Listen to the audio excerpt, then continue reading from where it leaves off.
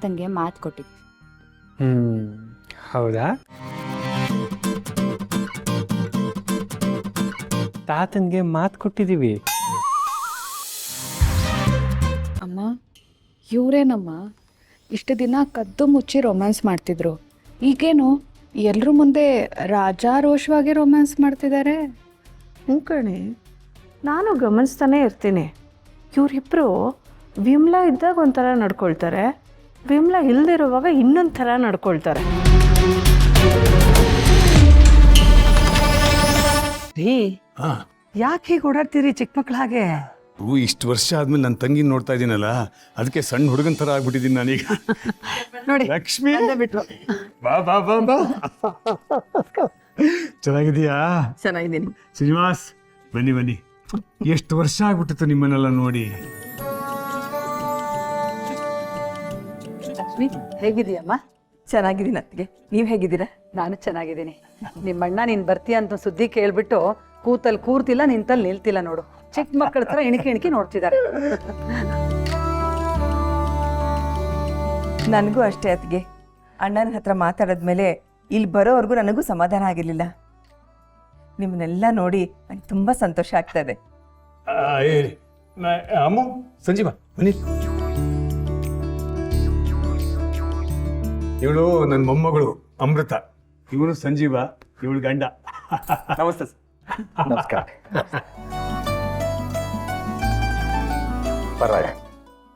ಪರವಾಗಿಲ್ಲಮ್ಮ.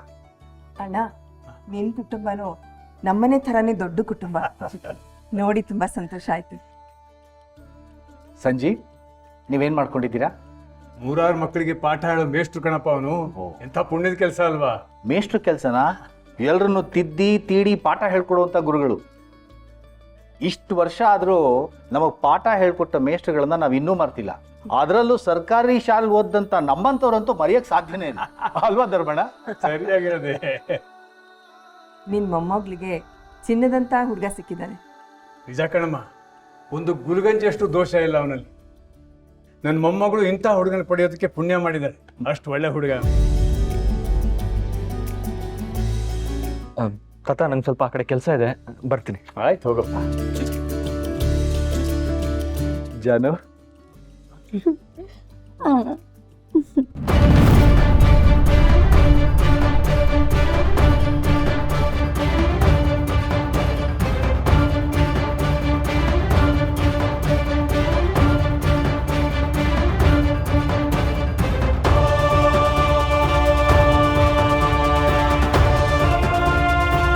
ಧರ್ಮಣ್ಣ, ಇವಳು ನನ್ನ ಮಗಳು ಜಾನು ಅಂತ, ನನ್ನ ಚಿಕ್ಕ ಮಗಳು. ಜಯಂತು ಅವ್ರ ಮನೆಯವರು, ನನ್ನ ದೊಡ್ಡ ಮಗಳು ನನ್ನ ಅಳಿಯ. ಇವಳು ನನ್ನ ಮಗಳು ದೇವಕಿ. ನಮಸ್ಕಾರ. ಇವನು ಧೀರಜ್ಜು, ನಮ್ಮ ಬಳಿಯ ಸುಶಾಂತು.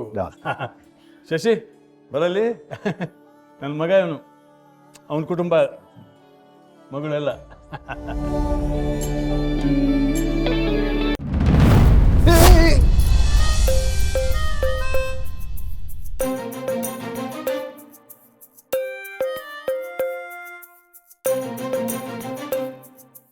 ಯಾಕೆ, ಏನಾಯ್ತು?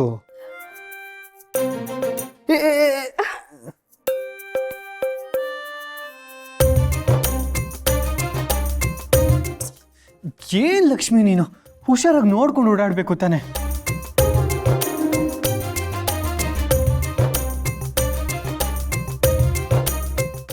ಆದಿ, ಲಕ್ಷ್ಮಿ ಬರ್ರ ಇಲ್ಲಿ ಒಂದು ನಿಮಿಷ ಬನ್ನಿ.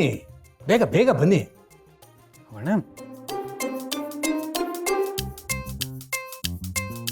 ಇವನು ನನ್ನ ಮೊಮ್ಮಗ ಆದಿ, ಇವಳು ನಮ್ಮನೆ ಮಹಾಲಕ್ಷ್ಮಿ. ಒಳ್ಳೆದಾಗಲಿ. ಒಳ್ಳೇದಾಗ್ಲಿ, ಪರವಾಗಿಲ್ಲ. ಅಣ್ಣ, ಇವರಿಬ್ರು ಜೋಡಿ ತುಂಬ ಮುದ್ದಾಗಿದೆ. ಆಮೇಲೆ ಏನೋ ಮಾಡ್ತಾರೆ.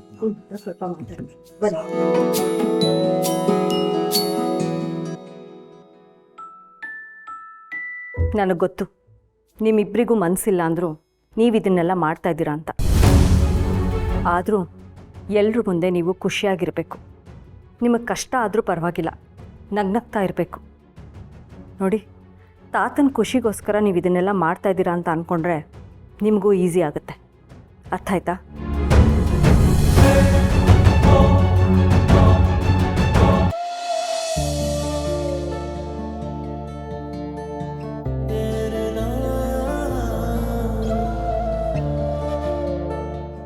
ಇವರಿಬ್ಬರು ತುಂಬ ರೊಮ್ಯಾಂಟಿಕ್ ಕಪಲ್ ಅನಿಸುತ್ತೆ. ಏನಂತೀರ ಮೇಡಮರೇ? ಕೈರೇಖಿ ನೋಡಿ ಜ್ಯೋತಿಷ್ರು ಹೇಳ್ತಾರಲ್ಲ, ಹಾಗೆ ಅವ್ರ ಕೈ ಹಿಡ್ದಿರೋದು ನೋಡಿ ನೀವು ಹೇಳ್ತಿದ್ದೀರಾ? ನನಗಂತೂ ಧರ್ಮಣ್ಣ ನಿಮ್ಮ ನೋಡಿ ತುಂಬ ಖುಷಿ ಆಯಿತು. ಈಗ ನಮ್ಮಿಬ್ರಲ್ಲಿ ಯಾರಿಗೆ ಜಾಸ್ತಿ ಖುಷಿ ಅಂತ ಪೈಪೋಟಿ ಇಟ್ರೆ ನನ್ನನ್ನು ಮೀರ್ಸೋನು ಯಾವನೂ ಇಲ್ಲ. ನಿಜ ಶ್ರೀನಿವಾಸ, ನಿಮ್ಮನ್ನೆಲ್ಲ ನೋಡಿದ್ಮೇಲೆ ನನಗೆ ನನ್ನ ಬಾಲ್ಯ ಮತ್ತೆ ವಾಪಸ್ ಬಂತೇನೋ ಅಂತ ಅನ್ಸಕ್ಕೆ ಶುರುವಾದ. ನಿನ್ನ ಹೆಂಡತಿ ಲಕ್ಷ್ಮೀ ಇದ್ದಾಳಲ್ಲ, ಅವಾಗ ತುಂಬ ತಲೆ ಹರಟೆ ಅವಳು. ಓಹೋ, ನಾನು ನರಸಿಂಹ ಮನೆ ಬಿಟ್ಟು ಹೋದ್ರೆ ಸಂಜೆ ಆದರೂ ವಾಪಸ್ ಬರ್ತಿರ್ಲಿಲ್ಲ. ಆದರೆ ಈ ಲಕ್ಷ್ಮಿ ಬಿಡ್ತಿರ್ಲಿಲ್ಲ, ನಾವು ಎಲ್ಲಿ ಹೋದ್ರೂ ಹುಡ್ಕೊಂಬರೋಳು.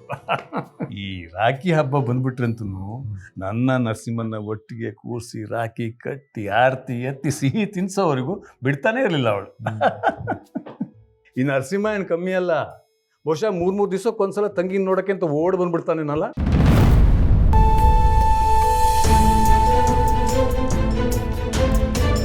ಶ್ರೀನಿವಾಸ, ಯಾಕೆ ಏನಾಯ್ತು?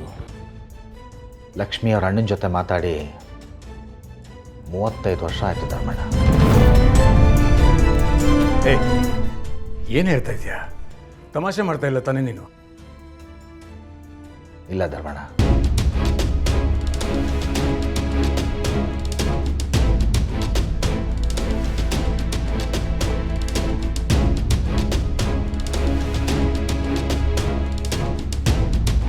ಅವತ್ತು ಅವರ ಅಣ್ಣನ ತಲೆಗೋದ ಕೋಪ ಆಲದ ಮರದ ಥರ ಬೆಳೀತಾನೆ ಇದೆ.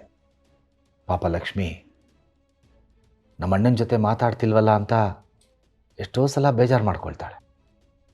ಇವರಿಬ್ಬರನ್ನು ಒಂದು ಮಾಡೋದಕ್ಕೆ ನಾನು ಏನೆಲ್ಲ ಪ್ರಯತ್ನ ಮಾಡಿದೆ ಧರ್ಮಣ್ಣ. ಏನು ಮಾಡಲಿ, ಅವ್ರು ನಿಂತ ಕಡೆ ನನ್ನ ಚಪ್ಪಲಿನೂ ಬಿಡಲ್ಲ ಅಂತ ಹೇಳ್ಕೊಂಡು ಅವ್ರ ಅಣ್ಣ ಓಡಾಡ್ತಾ ಇದ್ದಾರೆ.